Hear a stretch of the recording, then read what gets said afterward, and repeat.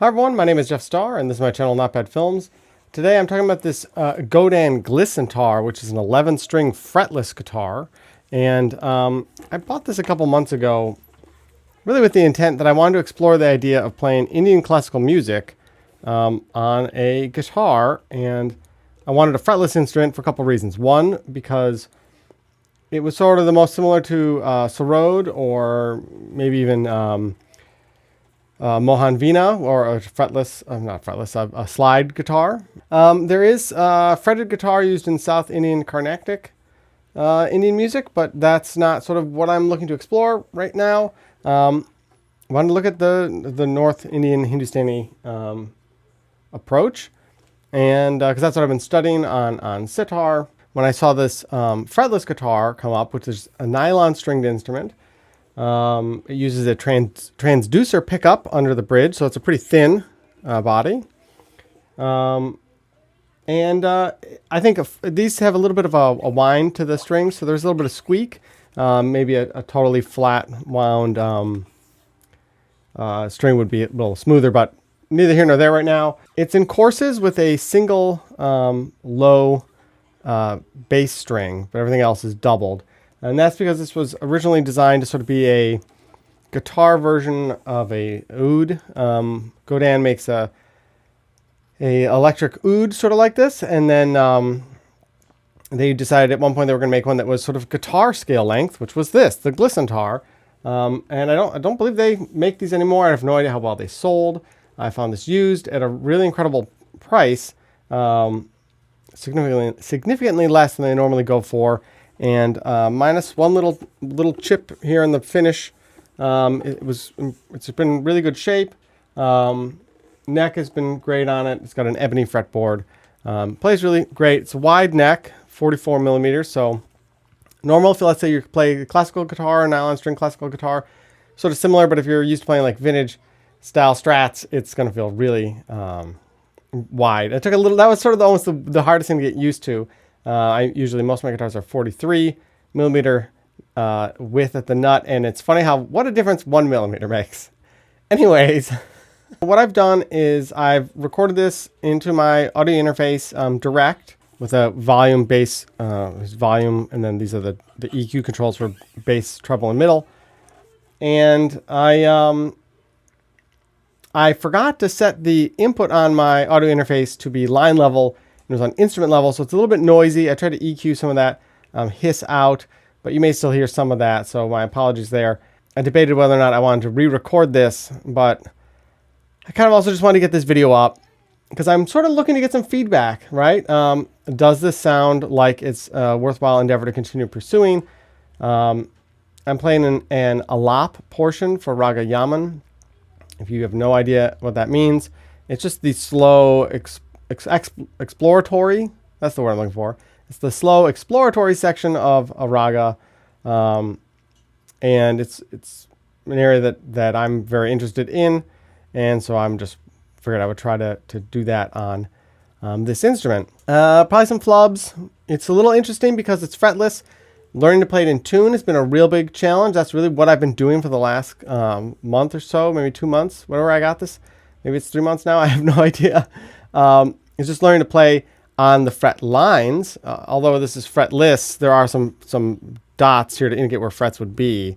You can probably see that a little bit.